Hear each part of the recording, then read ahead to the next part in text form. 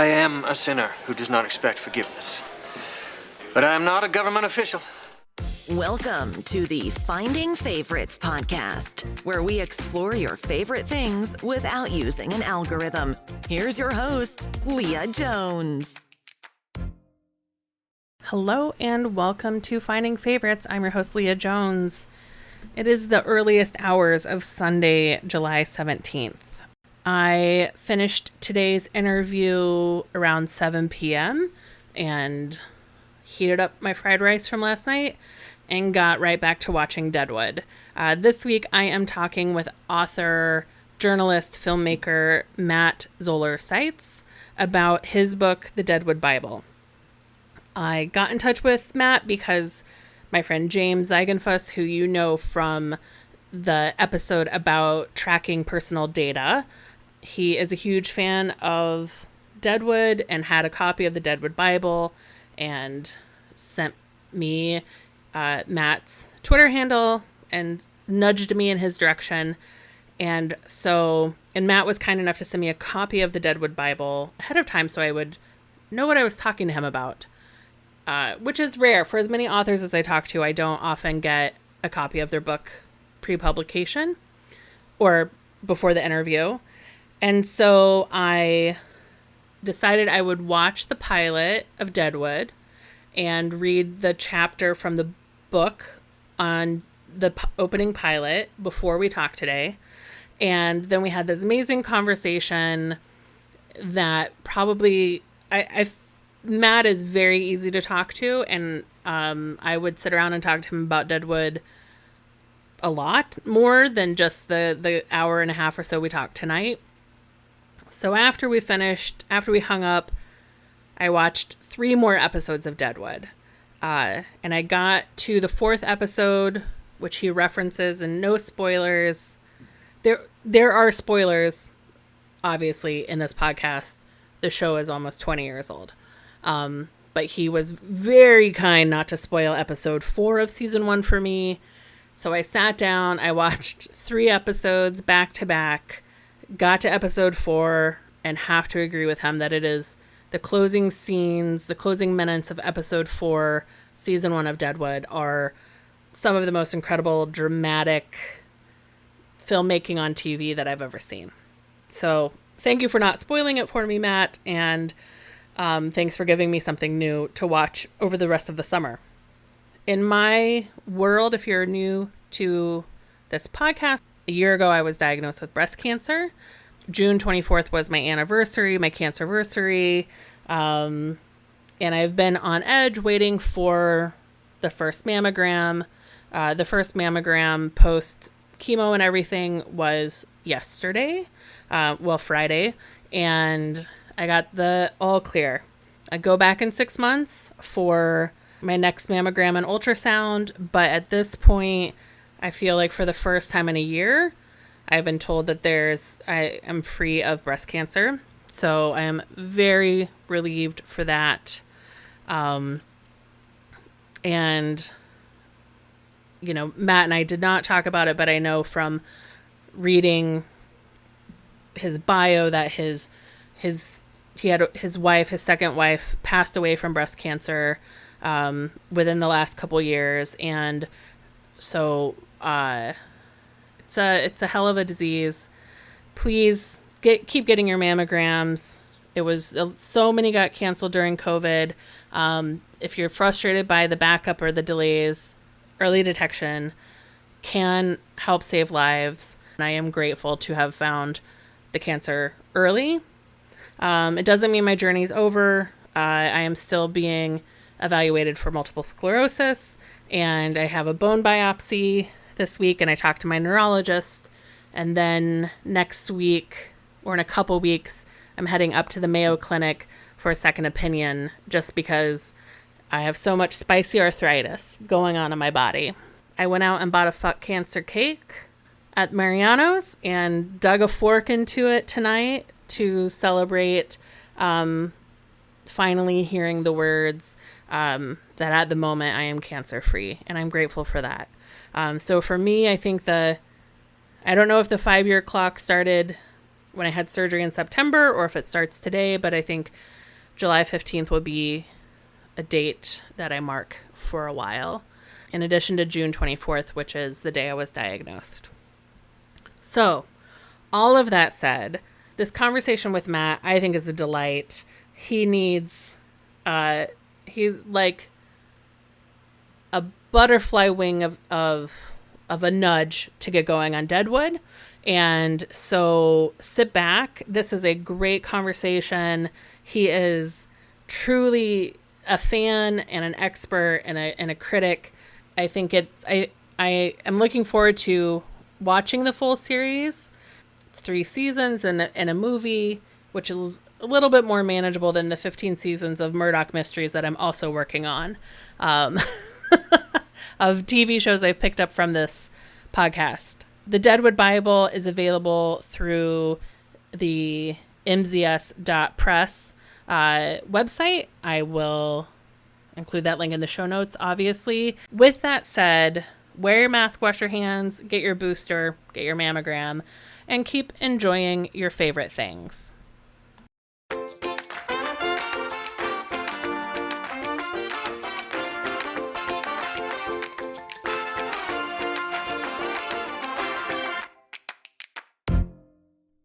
Hello and welcome to Finding Favorites. I'm your host, Leah Jones, and this is the podcast where we learn about people's favorite things without using an algorithm. And I am very excited today. I am talking with Matt Zoller Seitz. He is a journalist, a filmmaker, and a publisher, a voice into the wind about why not to use Shopify, and the author and editor, or the editor and creator and primary author of the Deadwood Bible, A Lie Agreed Upon. Matt, how are you doing this afternoon? I'm doing very well. Thank you for having me on the show. I'm so happy you're here today. We're talking to each other because my friend James, huge fan of Deadwood, huge fan of your writing, and he backed the Kickstarter that brought this book and helped fund this book. And so you had said a couple weeks ago that you were looking for podcasts to talk on, and he texted me the link, and he was like, please, pretty please, see if you can get him on. So thank you to James Zeigenfuss for the introduction. Absolutely. So how is your watching on Twitter, only on Twitter? It seems like the launch has not gone as smoothly as planned because of Shopify. No, that's putting it mildly. Yeah, well, yeah, they're the e-commerce platform that the bookstore used to use. And it's kind of a long, epic story, but essentially, you know, what they do is, and we've never been a victim of this before, is they would contrive these reasons why they were holding your funds and not depositing them in the bank, like when people pay you for books. Right. And this happened, they stopped depositing money that was collected immediately after 5,500 Deadwood books arrived at the store that we were supposed to ship out. And it was a real serious problem because, you know, as any small business owner will tell you, it's like the money that you need in order to fulfill things is coming, at least, you know, in part from the commerce of what is happening at that moment. Right. You know, so we were in a situation where basically we were paying money for postage to ship things out, but no more additional money was coming in from the store. And we were looking at like how many weeks to go till we have zero balance and we have to start dipping into a personal checking account. It was a nightmare. And Shopify was, they made us feel like characters in a Kafka novel. We didn't know what we'd done wrong and they wouldn't tell us. And they were saying, well, it was a formal, it was something like a routine review of your account or something. It was like, okay. But then it went on for a few days. And then they said that there were some concerns about whether or not we were authorized to sell trademarked merchandise. And we don't sell trademarked merchandise. Right. We sell books. And as the example that they gave was a section of books we had on Star Wars. We had all of these, you know, we're rebuilding them at the new store, which is mzs.press, but we had, you know, a couple dozen different sections that were very carefully curated of, you know, very specific. And one of them was Star Wars. And, you know, we had one on Deadwood, Mad Men, kaiju films, gangsters, stuff like that, you know, Hollywood crime, disability, you name it.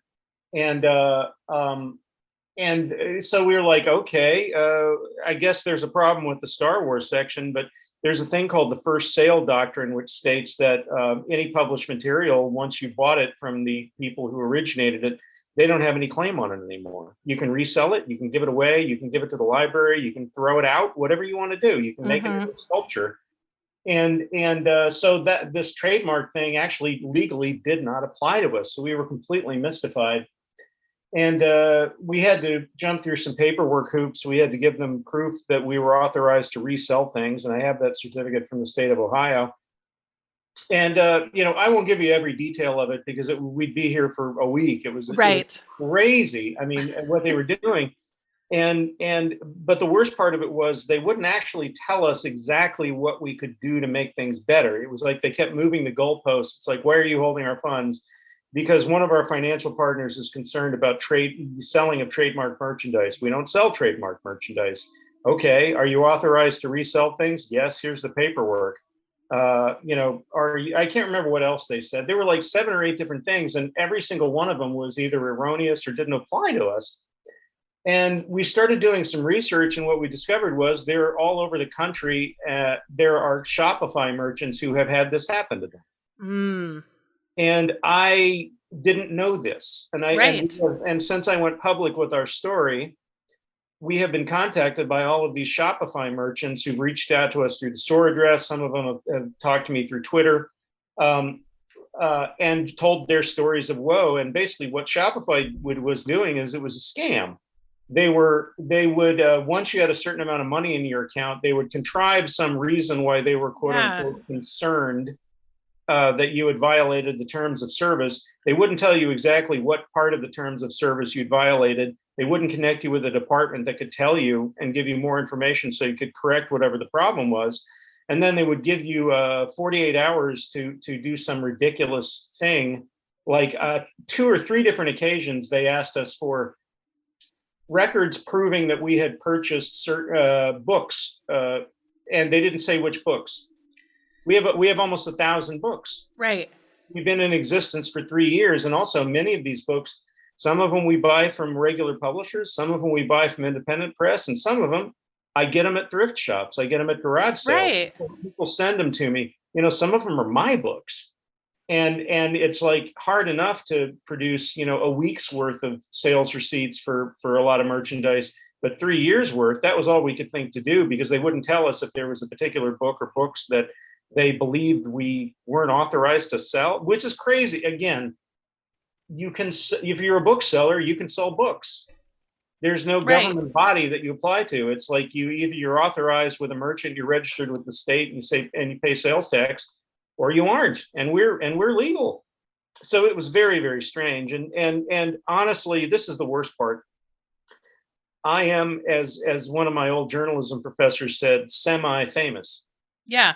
Like, I'm not a big celebrity. I'm not the sort of person you'd recognize walking down the street, but I'm just enough of a name that when I raised a stink, they backed off. And Shopify is such a big company that there were 3 different times when I had to raise a stink, because one department didn't know that I had blown up their spot on Twitter, and it had gone viral and embarrassed them, and that experts on copyright law and retail were answering them and saying, "You guys, this is ridiculous. They haven't done anything wrong. Release the funds." So eventually, what we had to do was, they threatened us with a shutdown a 3rd time.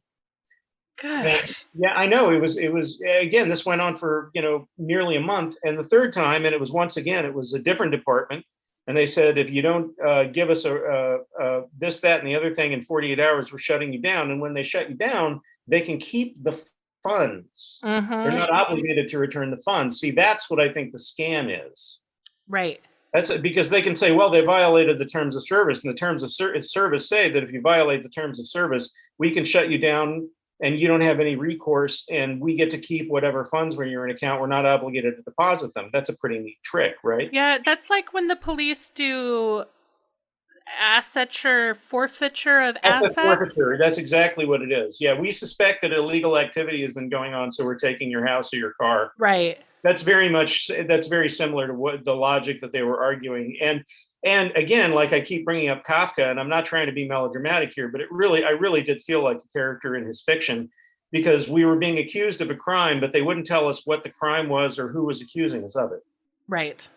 And so we left. And eventually what we did was the executive director of MZS Press, which encompasses the store and the publishing imprint, Judith Carter, she basically, we together, it was, she's really brilliant about this kind of stuff, but she just said, well, according to what I'm reading here, we can just refund all of the money that they've been holding. And that way, at least they can't take it from us. So it's like the equivalent of, you have a bag of cash. If you were a cash business and somebody takes it from you and says, I'm holding this until further notice. Basically what we did was we set the bag on fire. Yeah. And we gave them money. Everybody who'd ordered a book after June 15th, we just refunded their money. And we took a loss on that because Shopify, they get they get every transaction, they get a fee and they get a percentage, and that's not refundable. So they got it coming and going, the fee. We got it coming and going, but we thought it was better than we couldn't sleep at night if we knew that Shopify had robbed us in this way. Yeah. So that was what we did. And then we started a new platform over at Equid, which is linked to a bank. They're linked directly to a bank. They're partners with PNC. And it's much more transparent. It's quicker. There's not all these hidden like transactions and fees and things that decrease your profitability. And it's just much, much easier to work with. And I wish we'd been on it the whole time, honestly. And still, like, it's heartbreaking because I just recently got a letter from somebody whose store, they're holding twice as much money as they were holding from us. And there's no end in sight. And I said, tell your story online and I'll amplify it. Yeah. Because this has got to stop. And like, I'm happy to, be the face of people who are complaining about this company. Like, I don't have that much clout, but whatever I have, I'm happy to use it because this is absurd. This is people's livelihoods here. Right. Anyway, but it's just, we're not quite out of the woods yet. There's still, like, it was a major hit. It was a major disruption in the distribution of the book, and it was a major financial hit that we took. We're going to overcome it. I'm confident. And everybody who pre-ordered a book at the old store is going to receive their book. We've been, contacting them, letting them know that they're in the system. Some of them have not been easy to reach, but we're finding them one by one and just letting them know, if you bought a book, you're getting it. It's going to take a while because of all the stuff that's been thrown at us, but you're getting your book.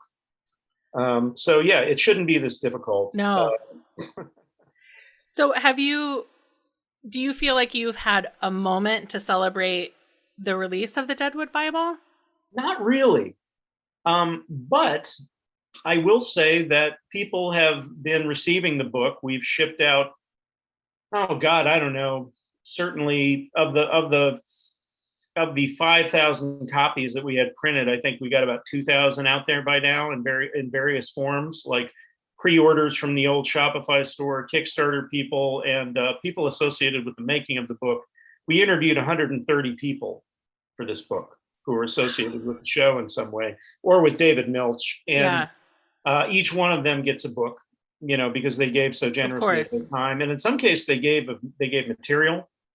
They gave manuscripts, they gave research, they gave, there were some people who I did like 8 hours of interviews with, like Robin Weigert and Kim Dickens and Dayton Calley and Ian McShane. And there's probably another 6 to 10 people where I did 8 hours with each of them if I did a minute. Jim Beaver, W. Earl Brown. And then there were other people like, and the entire Milch family was just, actively assisting in making this thing possible. Rita Milch, David's wife, she wrote an unpublished memoir about her marriage to David.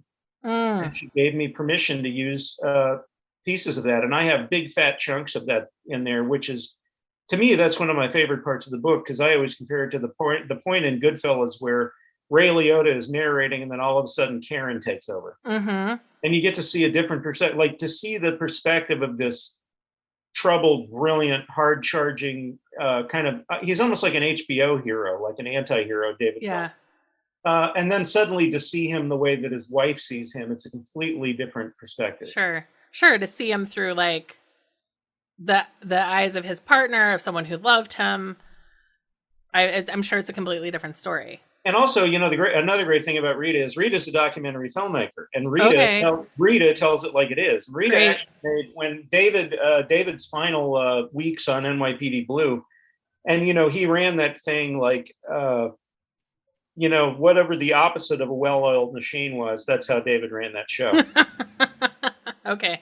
And he was notorious for rewriting things at the last minute and throwing the production into an uproar, and people just knew that this was the way he worked, and people loved him because what he would do is he would watch a scene in rehearsal and the actors would do something that inspired him, and he would say, give me an hour and I'm going to go rewrite this scene, and then he would go rewrite it. But if you do that enough times, the entire episode is behind schedule, and then you get to the end of the season and it's really a nightmare because it's like your budget is dwindling, and it's patience dwindling, and people's patience are running. Right. People who love you want to murder you, right? And that's what it was like. And Rita did this wonderful documentary called Without a Net, and that was and I said, I can't even believe that you did this and that it was released in the form that it was released in. And she said that when she showed it to David, the movie ended and the lights came up, and he turned to his wife and said, that wasn't a movie, that was an intervention. Wow. And I tell that story just by way of saying that, like, Rita Milch, Elizabeth and Olivia Milch, his daughters, and many of David's friends and colleagues, they all brought that same attitude. So, like, this is not like most books about a genius that you've read who's still alive. People talk shit about David. People talk about David's foibles. They talk about how much they love him and how brilliant he is, and what great contributions he made to television. But they also talk about how self-destructive he was, and how destructive he was, and how infuriating he could be. And I have a quote in there from Dayton Cali where Dayton is like he's like the fool to David's King Lear. Like, he says things. He's always been the guy who says things to David that if anybody else talked to David the way Dayton Cali talks to David, their character would be dragged by a horse the next day. Oof. Right. And David had, Dayton had seemed to me special dispensation to talk to David. And that was because Dayton said, when I met him, he said, most of these people, David hired them, and that's how they know David. And he said, David and I were junkies when we met. Yeah. It's a whole different dynamic. And Dayton said, he described, one of my favorite quotes in the book is he said, David Milch, I said to David, he said, I always tell people David is the stupidest intelligent man I ever met. And I sympathize. I get that. I get that. In fact, I mean that in the sense of, I get that a lot myself. Like, how can you be so smart and so stupid at the same time? That's been a recurring refrain in my life. And that's probably why I feel such an affinity for David Milch and his work. And, I'm empathetic, and I feel like, he speaks to me in a way that almost no other television writer does.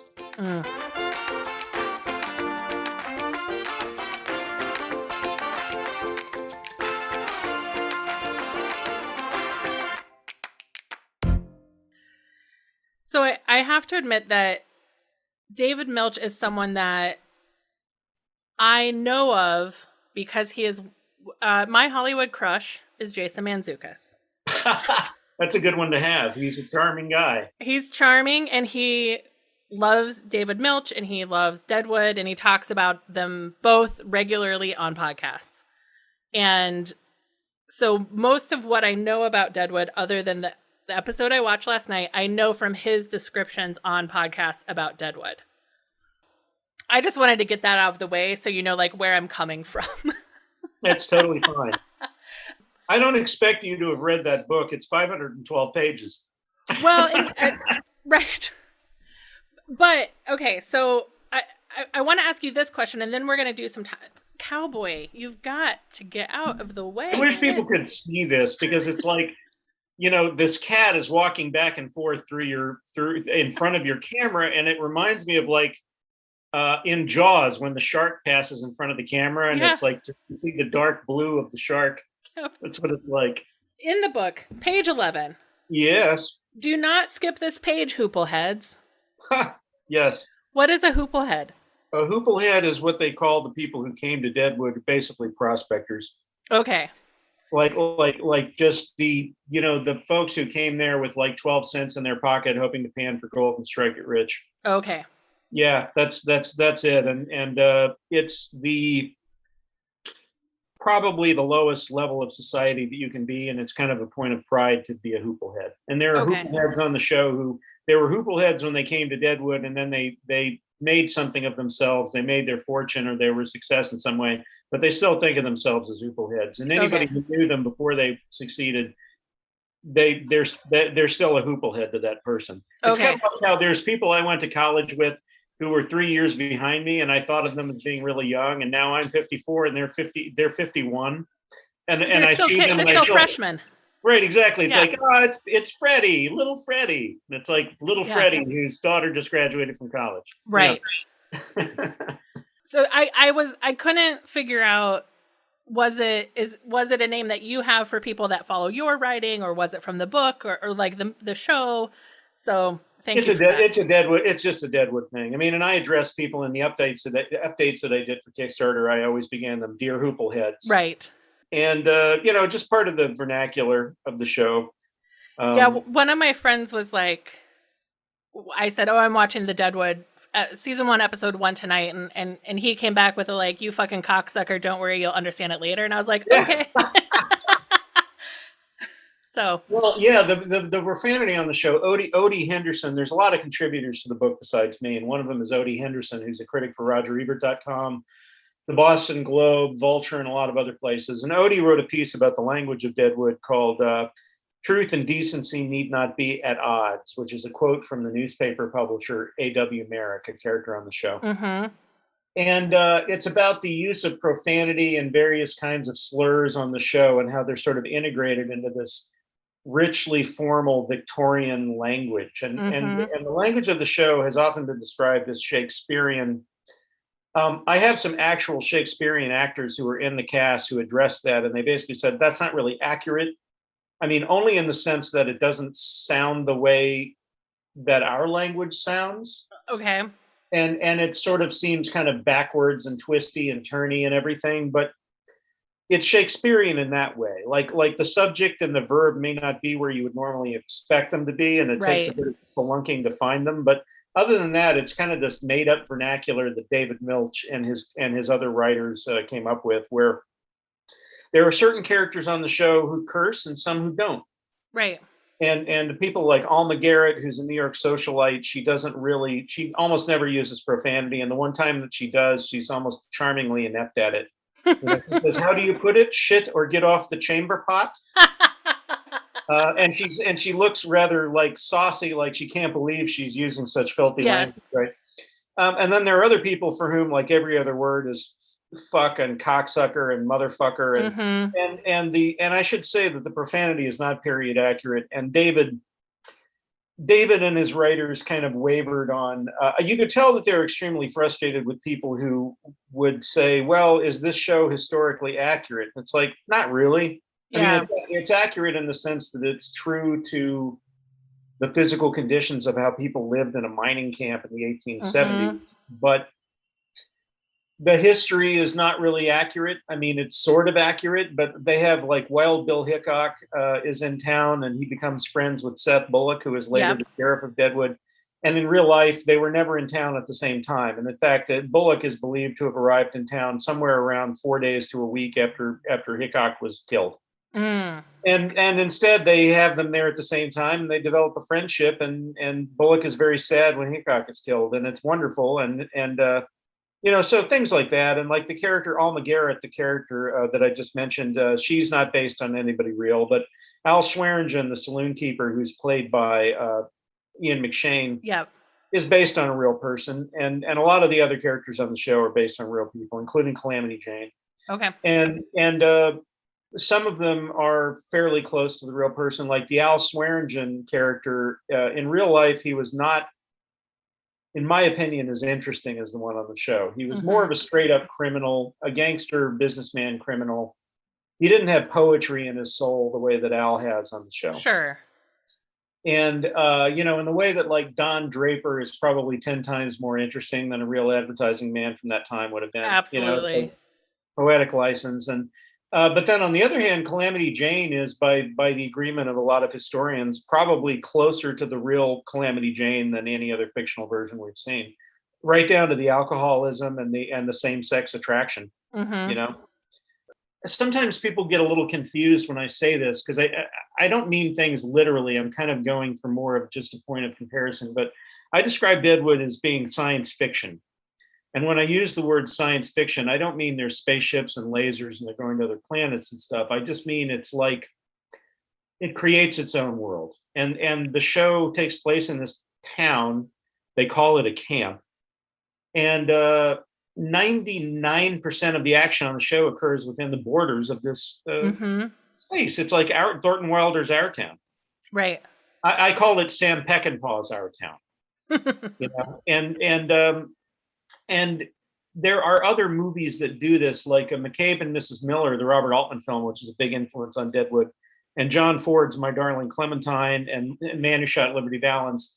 They all have a touch of this. Those are town westerns, and they really commit to the idea that this is like a big outdoor theater space, and the people are like actors on a stage. And sometimes they're inside of a building, and sometimes they're out on the street, and sometimes they're talking, and sometimes they're beating each other up or shooting each other, but it's always theater.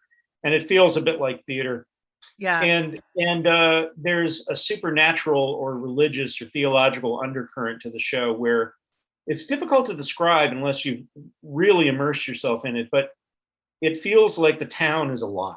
It feels like the town is alive in the way that like the planet in Solaris is alive, or the monolith in 2001 is alive, or the Force in Star Wars. It's like there's energy in this town.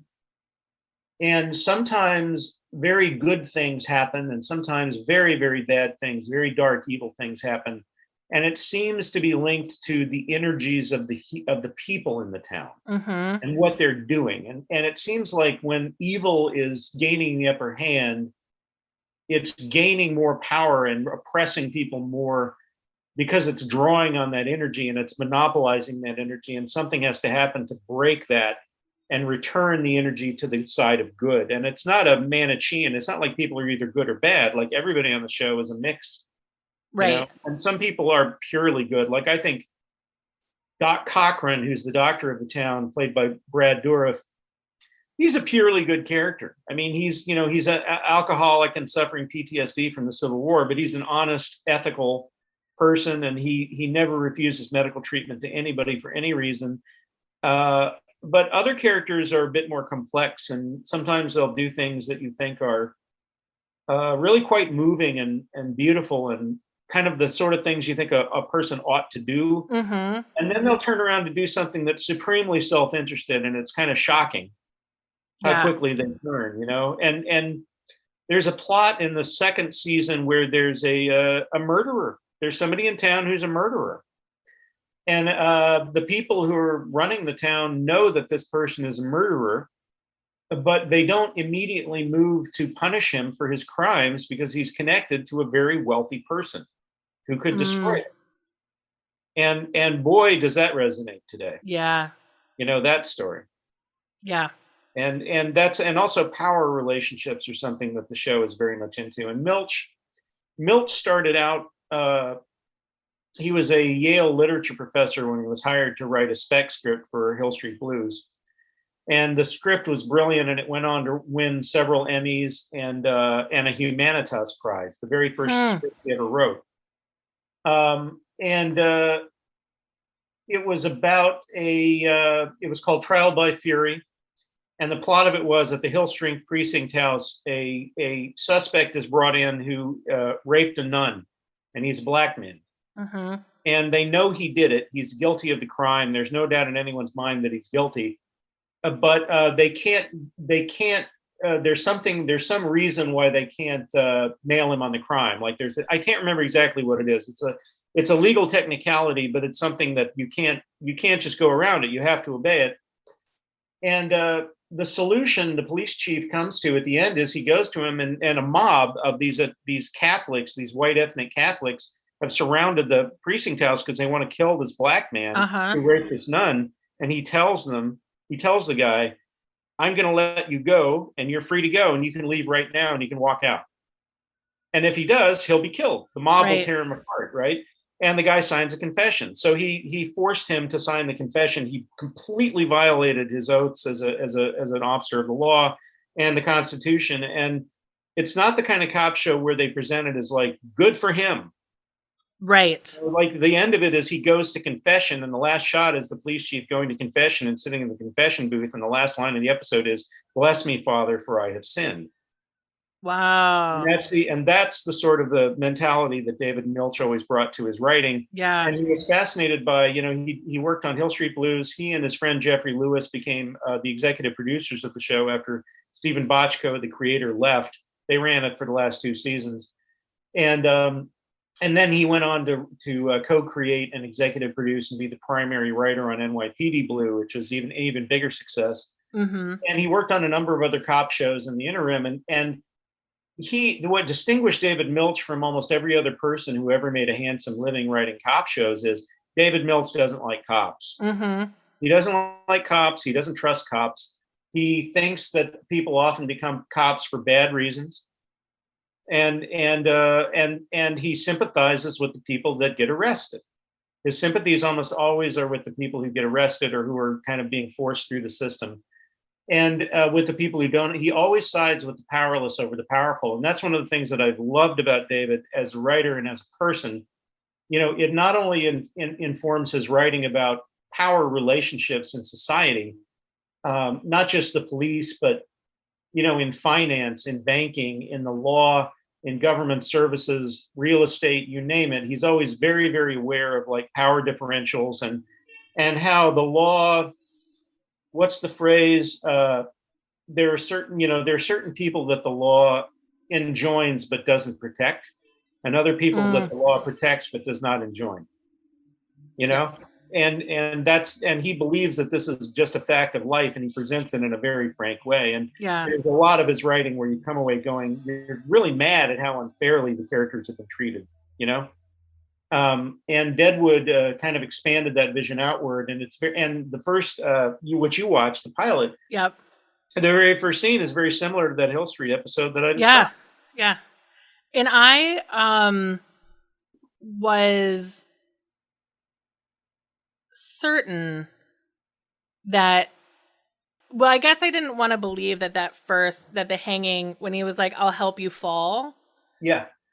I wanted to believe somehow that his partner coming through and with the carriage, like it was a fake hanging and everybody was in on it. And then the guy was like, after the mob dispersed, was going to escape.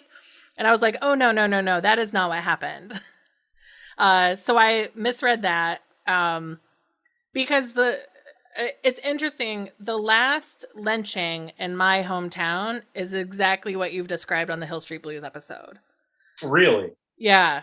Our history teacher in junior high made sure that we understood that lynchings were not so far out of our history. I'm from Indiana.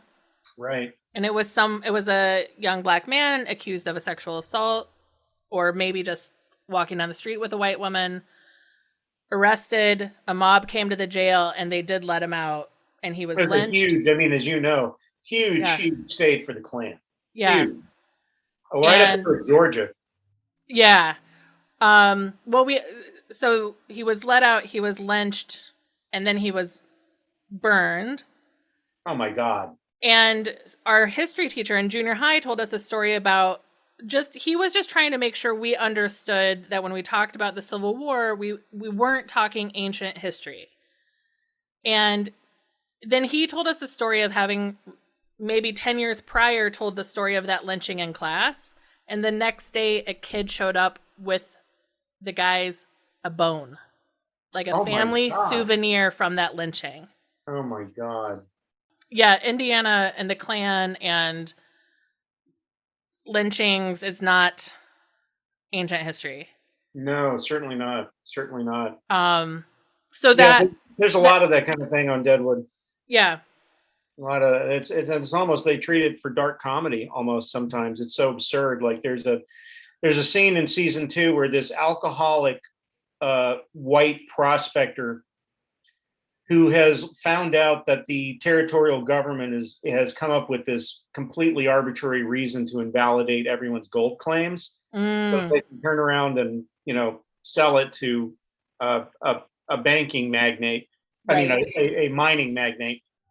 And this guy, he drunkenly reads the statement until he finally, with help from others, understands it, and he's enraged and he tries to kill the commissioner. The commissioner who insisted that this notice be posted. And when he fails to kill the commissioner because the sheriff intervenes and stops him and the mob that he's leading, they spot a black man a block and a half away, and they just decide to lynch him instead. Right. And it's almost like Blazing Saddles, except it's not funny. Right. That's how like random and arbitrary the violence is, and the violence on Deadwood is really, really harsh. And with almost really, there's only one exception in the entire run of the show. It's like when violence is inflicted, usually people don't see it coming, or they are powerless to halt the violence if they do see it coming. And it's completely one-sided. It's like people have guns and other people don't, or somebody has a club and the other person's unarmed. Somebody gets hit from behind. A guy starts beating up someone else for almost no reason at all, and the other person has maybe never been in a fight in their life and they can't even defend themselves. It's very realistic, like the way that they portray it, and they often, and again, that power differential comes into play. There's a scene in the third season where the sheriff goes to confront George Hurst, who is, the guy who's trying to buy up all of the gold claims in Deadwood. And this is a very, very bad person. And he wants to basically put him on notice and say, you're breaking laws, you're killing people workers who want to unionize, you're terrorizing the population, and it has to stop, or I'm going to put you in jail. And this guy makes some insinuating remarks about him and the widow Garrett, who I mentioned. And this guy has a lethal temper, the sheriff does, Bullock, but he can't strike George Hurst because George Hurst is not only the richest man in town, but one of the richest men in the United States. So he fumes and seethes and bares his teeth, and then he goes downstairs and pulls the hotel clerk out from behind his desk and beats him up. Yeah. The guy hasn't done anything to him. And he actually says to him as he's being beaten, he says, "What have I done to give offense?" Yeah. And the answer is nothing. It's nothing. Just that he's somebody who can be beaten, and there's no fear that, what are they going to do? Call the cops? It's the sheriff who's beating the sheriff, right? Exactly. Yeah. So Matt, I want to do a little time traveling with you. Yeah. You say in the introduction, and now this is because my friend James told me to read. He was like, "There's not a spoiler. You can read this part because no spoilers ahead. Warning is so severe." But you said that it was your first wife who turned you on to Deadwood. Yes.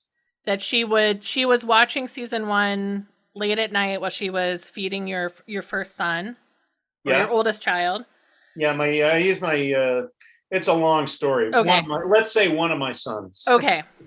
Yeah. And so how was she recording it on the VCR and then watching it at night? Like, at what point did she, during waking hours, say, "Hey, Matt, you got to watch this show"? Well, I knew she was watching it, and it was a thing where this was the spring of 2004, and I was working at the Star Ledger as a television critic, and I was working as a film critic at New York Press, and I was also in post-production on a feature film, and it was in the sound editing and color correction phase. So I was keeping my show watching to a minimum. I was watching the things that I was assigned to watch, and I was not watching things that I wasn't assigned to watch. Okay. And I wasn't assigned Deadwood. But I knew, I loved David Milch, and I intended to get around to it eventually. But what happened was I watched the first couple episodes, and I thought, this is really interesting. The language is very dense. The plot is very complicated, and I don't have the mental or emotional bandwidth for a show like this right now. Sure. Like, no disrespect at all, but it was just like, I can't handle this. I'm going to revisit this a few months down the road. And then one morning at breakfast, Jen comes over to me, and I'm standing by the coffee maker, and she says, "I have 2 very important things to tell you." And I said, "What are they?" And she said, "Deadwood might be the greatest drama in the history of American television." And I said, "Okay, ooh, what's the other thing?" Right. And she said, "Your son's first word is going to be cocksucker."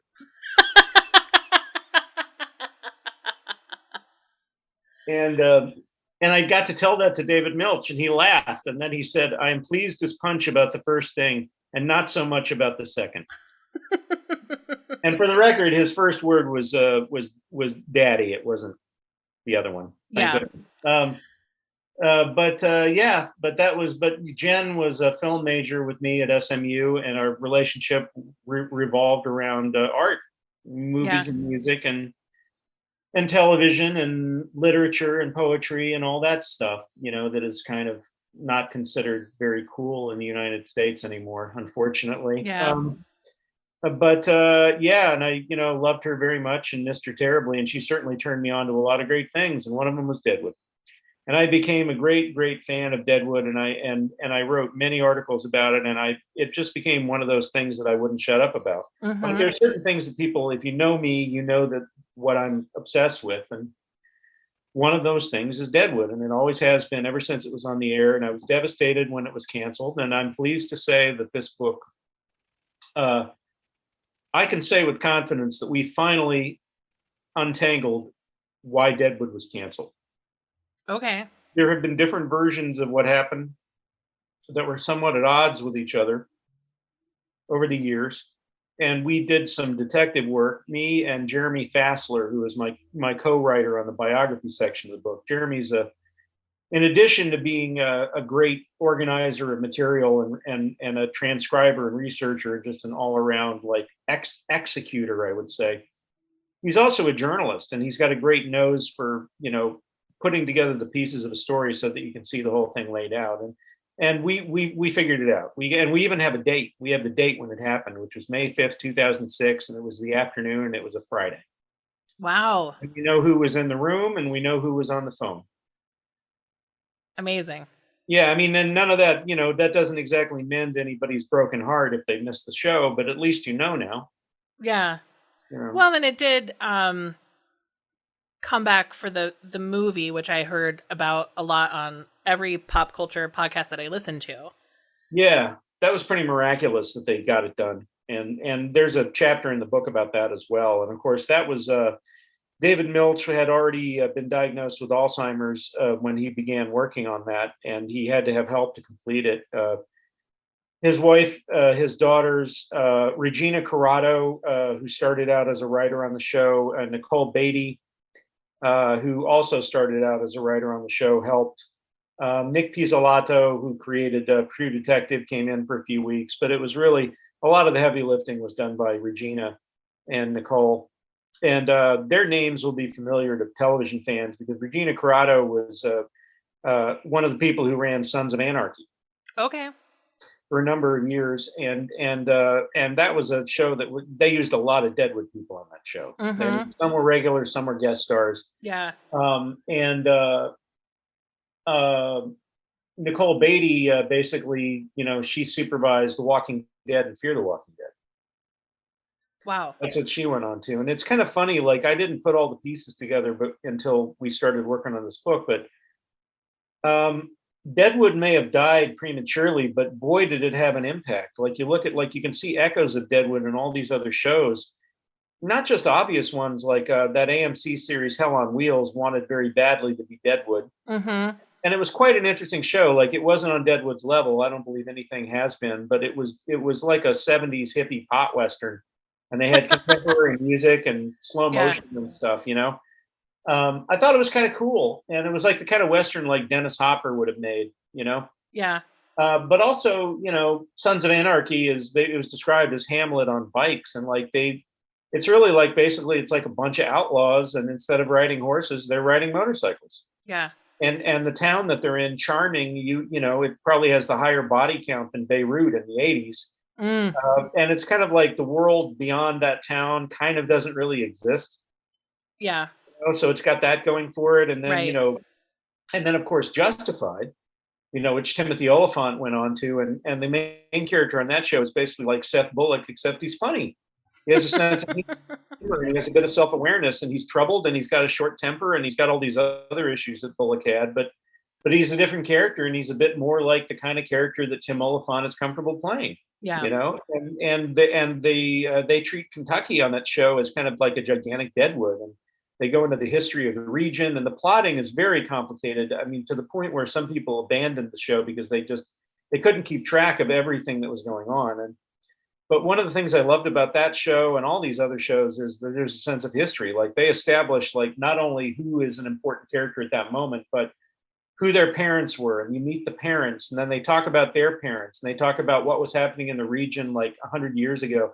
There's feuds, like on Deadwood, there's family feuds, like moonshiners shooting at each other kind of Right. feud that started in the Civil War and have continued up to the present day. Mm-hmm. And as you know, I mean, you know as well as I do, Yeah, that's still a thing. absolutely. Absolutely. You know, this part of the country, like, you know, the whole Midwest, like, I don't think people understand that the Midwest is just as violent as the South. Right.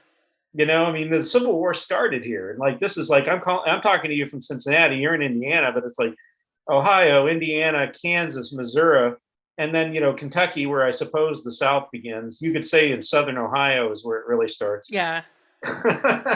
You know. Yeah, I mean, it's weird. So I live in Chicago now.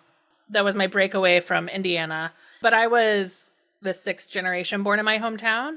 And my oldest nephew was the 7th generation. But since then, our generation has all left Indiana.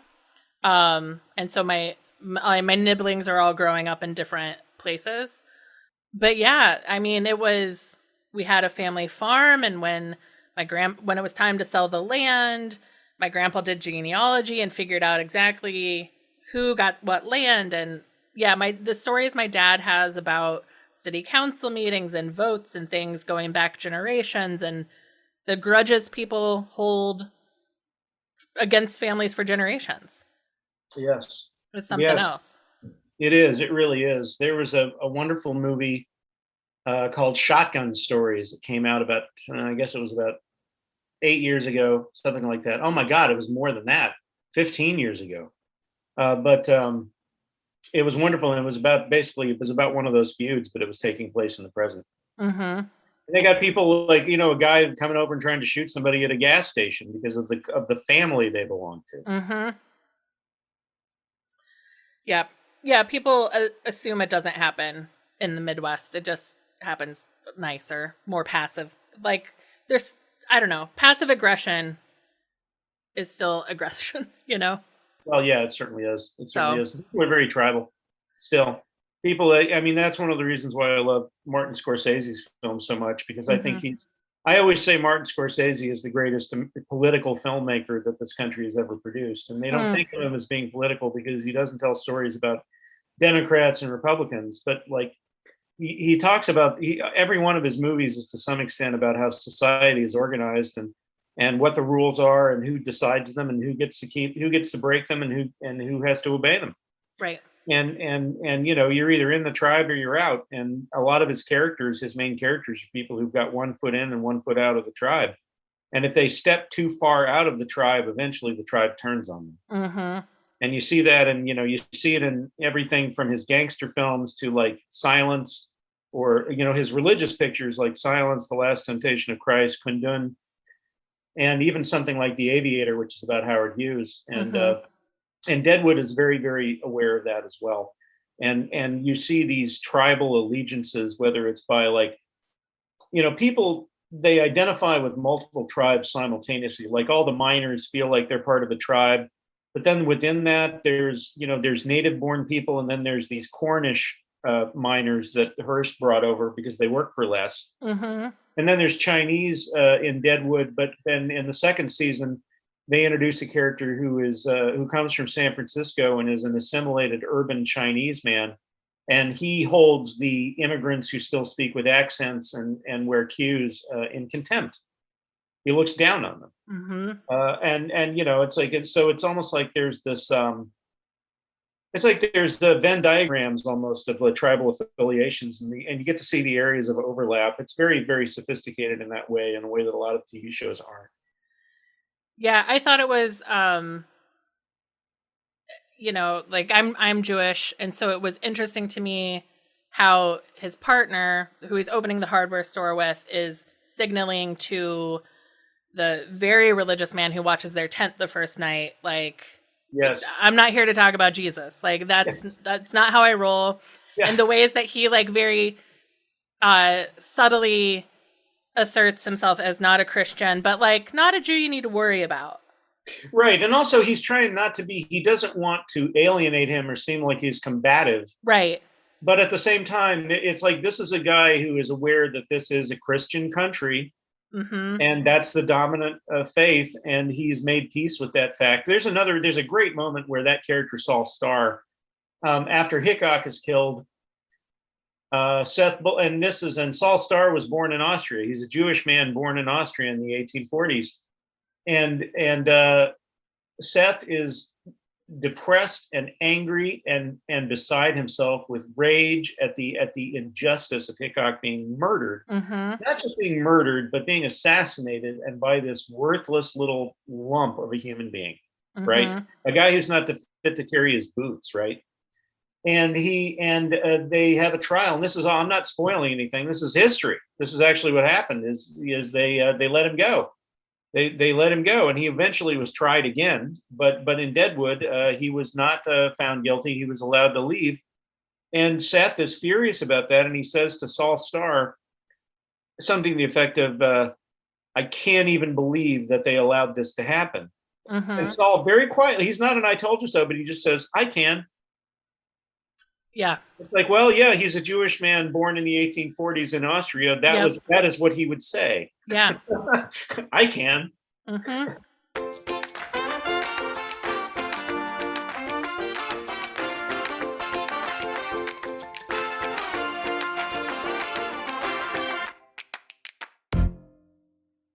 I haven't decided yet if I'm diving into Deadwood or not.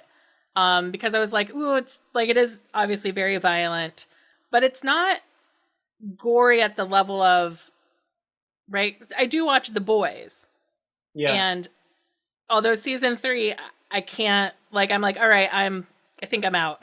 It's gotten too gory, too visually.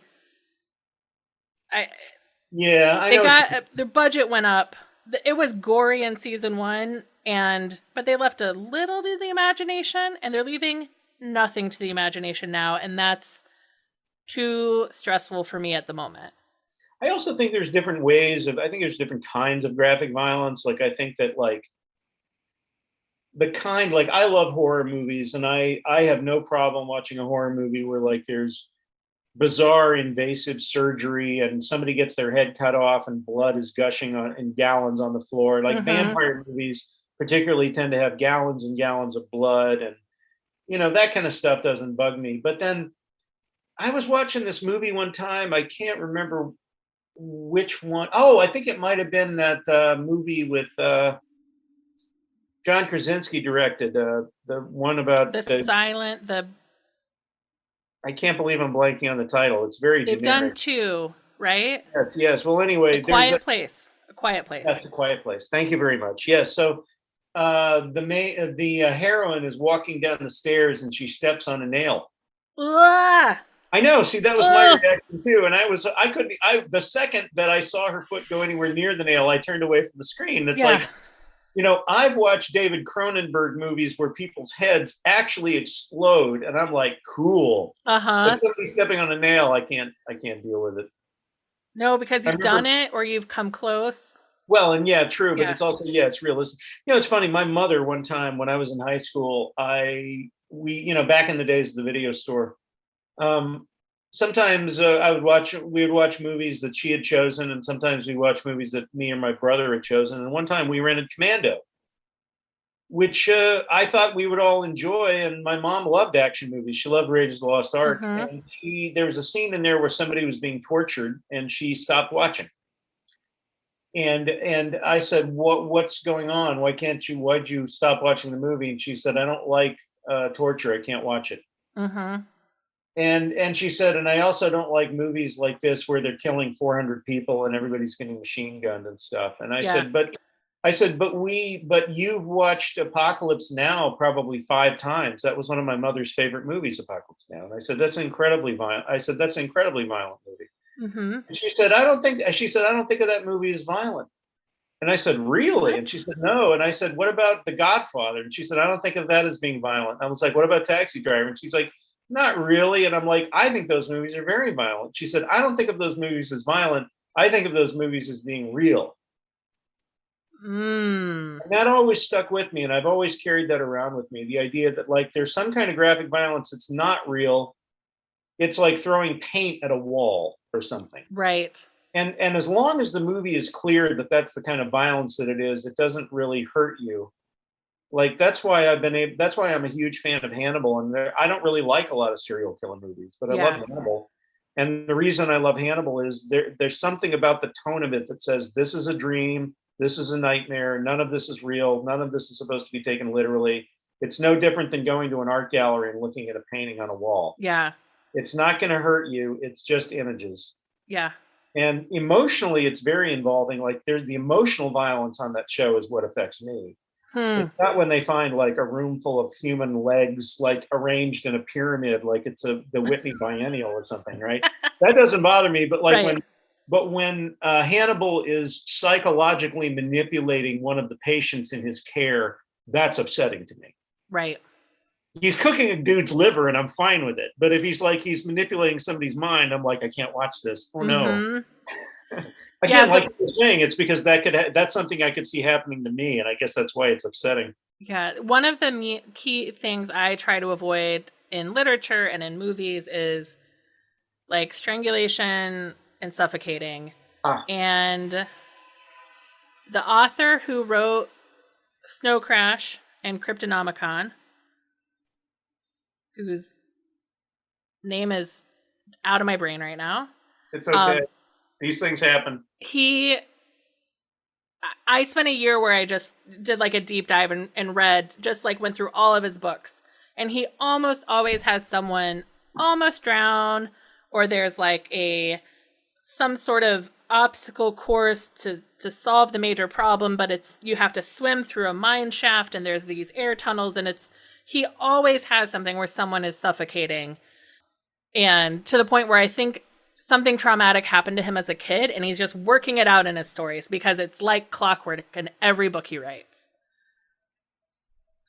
Yeah, I can't. The two things that I have a real problem with are any kind of sexual assault and child abuse. Yep. Even mild kind, mild's the wrong word. If any kind of abuse is horrible to the person, it's not like it's a contest. But I mean, like, I'm not just talking about like I'm beating you and locking you in the basement for 3 weeks kind of abuse. I just mean like when, like in The Lion King, when Scar kills Mufasa and tells Simba that it's his fault. When it's clearly not. Right. He tells this little boy, you're responsible for your father's death. Like that really upset me. Like that's emotional and psychological abuse of a child, right? Yeah. And he's freighted with guilt all the way into adulthood. It's horrible, horrible stuff.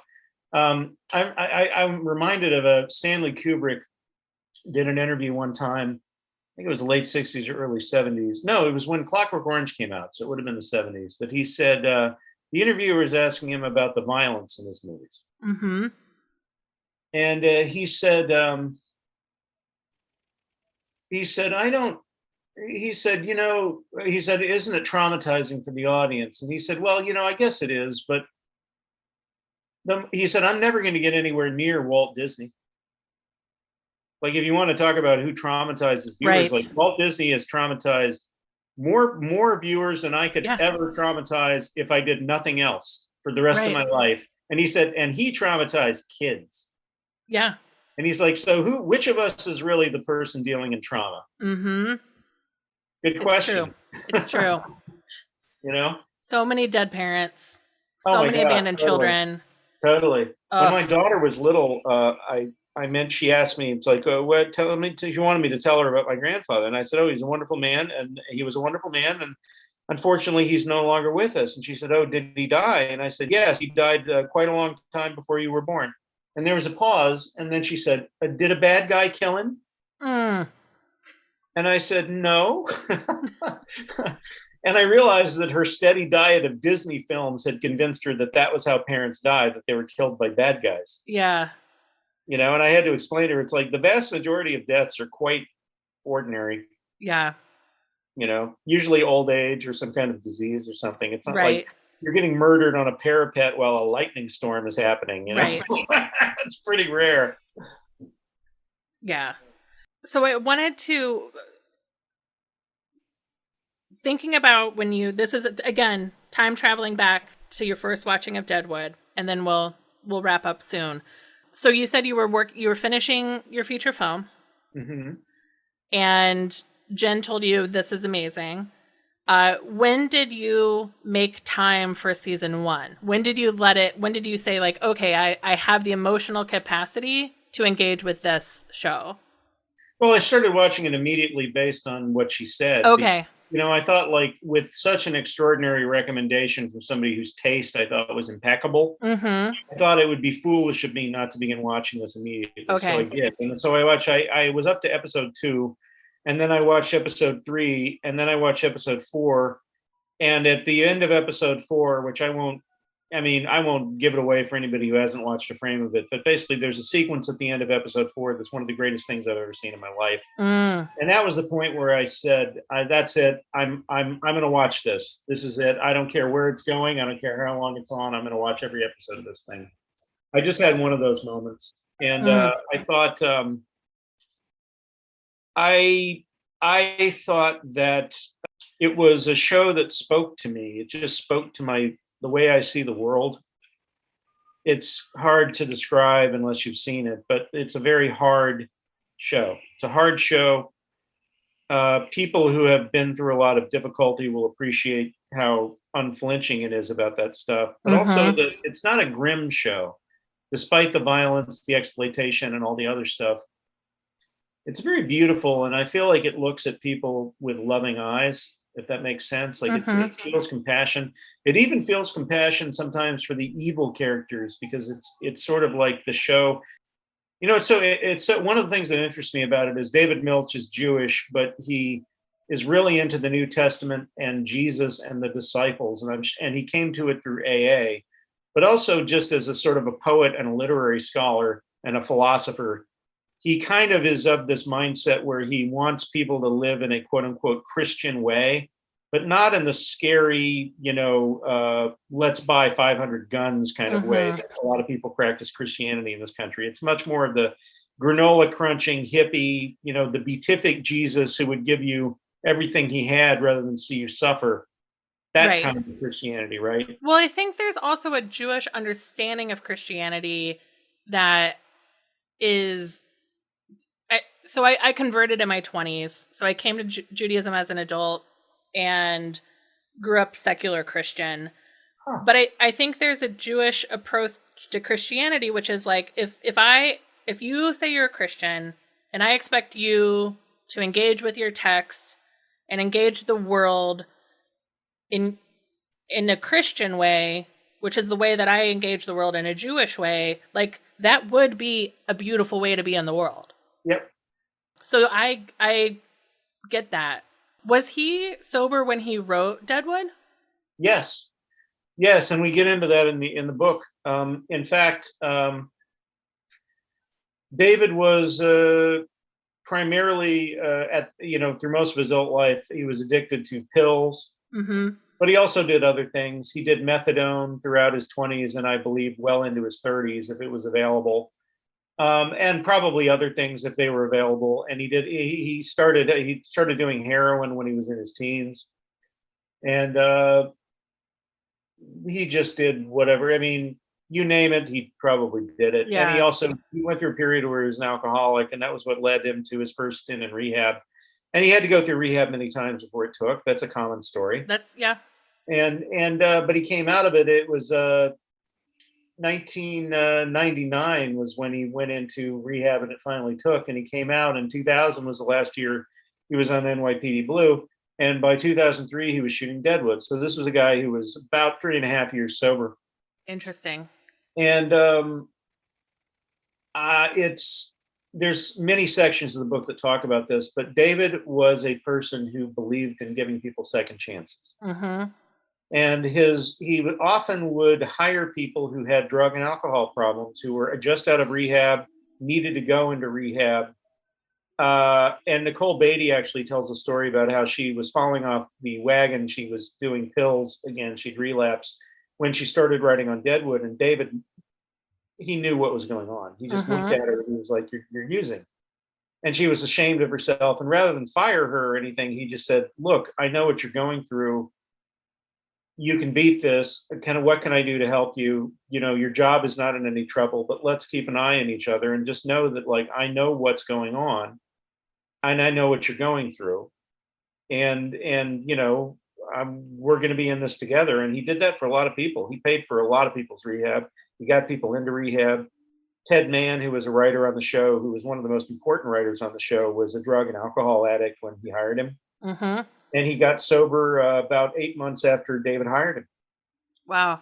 And there's a lot of people that, and often, you know, David would do a thing where if he was looking to fill a position, there were many, many times where if he wanted to, you know, hire somebody to be a writer or an actor or whoever, if he had a choice between, let's say, 5 people who were of approximately equal talent, he would invariably hire the person whose life was a shambles. Huh. Almost every time without fail, he would hire that person. It was like the person who was like, you take one look at them and go, this person's brilliant, but obviously they're a drinker. Yeah. And he would hire them. And he would tell them, look, I know that I can tell that you're having some troubles right now, but, you know, I think you're incredible and I believe in you. And can we get you into rehab? And can we get you, you know, can you talk to your sponsor, whatever he would need to say. Right. Like, I mean, I don't even know what to say about that, except like, isn't that how a person is supposed to behave? Right. You know, in the world? Yeah. Like, I'll which is have not to- the same thing as saying he's not a perfect person by any stretch. He could be egotistical, he could be an asshole, he could make people's lives a living hell, but in his heart, he really wanted the best for everybody, and he really wanted their lives to be better in some way. Mm-hmm. That is, I have long joked. So there's ACOA, right? Adult Children of Alcoholics is a program. I've long joked that there needs to be ACOAA, Adult Children of Alcoholics Anonymous. Yeah. So knowing that he was probably having like meetings on set and like this little detail makes me so much more interested in watching it. Like knowing that it's not someone who is, it's not a showrunner and writer who is actively drinking, who's writing these scenes that I didn't feel like it was not glorifying drinking, but it is now kind of interesting to me to think about watching it. I mean, also like probably the whiskey was safer than the water. Like there's that. Well, right? there's that. And also, you know, there's people who are doing, you know, opium, you know, Alma Garrett you know, does laudanum. Yeah. And you know, there's a lot of, and David was a gambling addict. And, you know, that's one other thing we point out in the book is David did get free of drugs and alcohol, but he never stopped gambling. And it was gambling that eventually destroyed his fortune. So there was never a point in David's adult life when he wasn't an addict of some kind. Right. He managed to conquer the ones that were getting in the way of his art. Right. But the other one, boy, did it come back around and nail it. You know, so it is tragic in that way. But you know, you could also see the story as, you know, David Milch was a gambler. I use that phrase in the book a couple of different times. And what is the one thing that every gambler has in common? There's a certain point when your luck runs out. Right. David's luck ran out after a certain point, but he got to make Deadwood, and Deadwood is a beautiful, beautiful show, and it's filled with broken people who are not defined by their brokenness. Yeah. And they're drug addicts. There's a lot of people who are victims of physical or emotional or sexual abuse in childhood and sometimes as adults. I mean, I don't believe there's ever been a major dramatic series that has that many characters who have that in common in their biography. Yeah. And it crosses class lines, like the richest woman in town and one of the poorest bond over that. Yeah. Right. And it's something that's very, very commonplace. And Bullock, the sheriff, who's, you know, his lethal temper comes from having been savagely beaten by his father when he was a boy. Yeah. And taught like this very constricting, emotionally constipated way of being a man, you know. And, you know, that whole idea that like anger women are supposedly so emotional. It's like they've been taught, we've been taught as a society that anger is not an emotion. Right. Right. And it's like men get to express their anger by destroying things, fighting each other, generally being antisocial. And that's just called letting off steam, Right. and the show gets into that. And, but it just wants people to be happy, and it's very sad when they're not. And it doesn't judge them when they get in their own way, and which happens a lot on the show. And there's something about the way that the show ended that feels appropriate to me. Deadwood is filled with lives that are cut tragically and unexpectedly short. So, it seems fitting that Deadwood would have experienced that sort of ending itself as a show. Because when they did what turned out to be the series finale, they didn't know they were canceled, right? No. Yeah. Well, David subsequently said that he knew, but it's impossible given the timeline. There's no way he could have known. Yeah. And in fact, the book, he did an officially licensed book with HBO that came out in November of 2006, almost 6 months after the show was canceled. And you can tell from reading this book, which is called Stories from the Black Hills, it's obvious to anybody who knows how to read a book that this book was made by people who thought the show was coming back.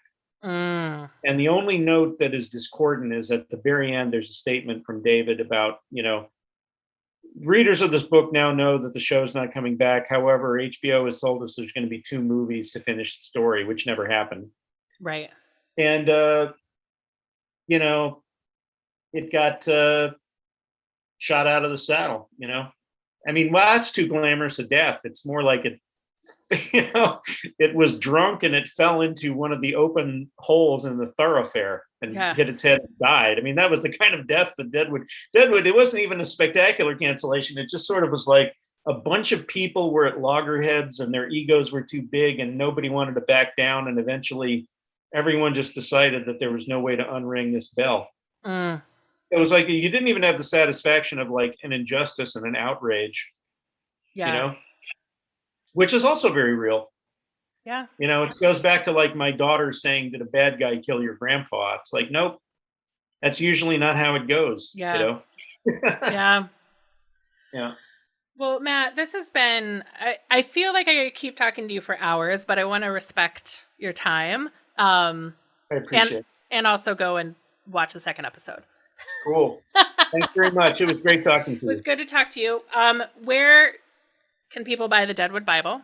Only one place, and that's the store, which is mzs.press. Wonderful. Yes. Thanks very much. And do you want people to follow you online?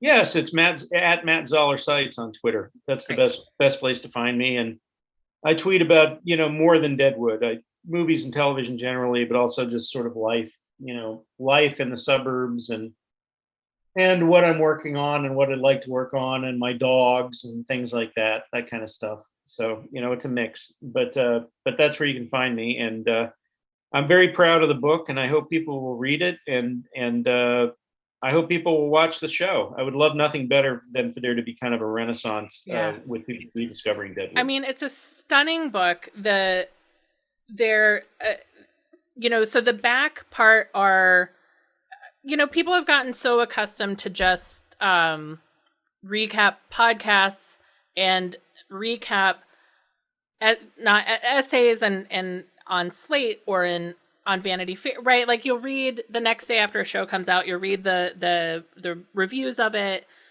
But these are like critical recaps, critical readings of every episode and done in verse every like it's numbered. They're numbered. It's numbered just like a Bible. Yeah. Which is such a wonderful detail. You've got things that you've written newly. You've sounds like people scrape the archives of the internet to help get some things that you had written contemporaneously with the show. You have interviews. You have the pieces from the unpublished memoir his wife wrote. Like this is an incredible. I think calling it the Deadwood Bible. Once you have the book in hand and see how many people, how deeply footnoted, how beautiful it is, and just how wonderful it feels. Like this cover feels so good in your hands. It's so soft and so nice. That's wonderful to hear. So I sort of offered to give it to my Pilates teacher's husband earlier today, but I don't think she'll remember. Because he's a huge fan. Let's hope they don't listen to this podcast. Right. Yeah. So Matt, thank you so much for spending time with me today, and have a wonderful Saturday evening. Thank you so much. You too. Bye-bye. Bye. Thank you for listening to Finding Favorites with Leah Jones. Please make sure to subscribe and drop us a 5-star review on iTunes. Now, go out and enjoy your favorite things.